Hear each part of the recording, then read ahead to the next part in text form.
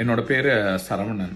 நான் இன்னைக்கு தினம் ஒரு குறளில் குறள் எண் 829 பொருட்பாலில் வர அதிகாரம் 83 கூடா நட்பில் வர குறள் நான் இன்னைக்கு சொல்ல போகிறேன்.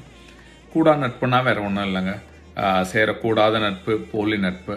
ஸோ அதை பற்றி வர குறள் தான் 829. குறள் என்னன்னா, மிகச்செய்து தம்யள்ளு வாரை நகச்செய்து நட்பினுள் சாப்புள்ளார் பாற்ற. இதுக்கு அர்த்தம் என்னன்னா, புறத்தே மிகுந்த நட்பு செய்து மனத்திற்குள் இகழ்பவரை தாமும் புறத்தில் மகிழும்படி நட்பு செய்து உள்ளத்தில் நட்பில்லாமல் இருக்க வேண்டும். இதோட அர்த்தம் என்னன்னா, இப்போ நம்மளுக்கு நிறைய பேர் நண்பர்கள் இருப்பாங்க. அதில் ஒரு சில பேர் நம்மளை வெளியில் பார்க்கும்போது ரொம்ப நல்ல நண்பர்கள் மாதிரி நடிப்பாங்க. ஆனால் நம்மளை பார்க்காதப்ப நம்மளை இகழ்ந்து பேசுவாங்க. ஸோ அந்த மாதிரி நண்பர்கள்கிட்ட அவங்க என்ன பண்ணுறாங்களோ அதையே நம்மளும் திரும்ப பண்ணணும்.